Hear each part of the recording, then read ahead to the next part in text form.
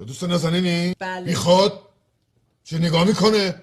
شام تشریف بیارین بالاخره یه لقمه نون و بقلمونی پیدا میشه دور هم بخوریم. بچه مثبت مزخرف. وحشی بی فرهنگ. لاغرم ولی توپارم. لخت منو دیدی؟ عشقایی میکنم من دیدم. ببخش نقطه حساس شما کجا؟ چی؟ میدی یا نه؟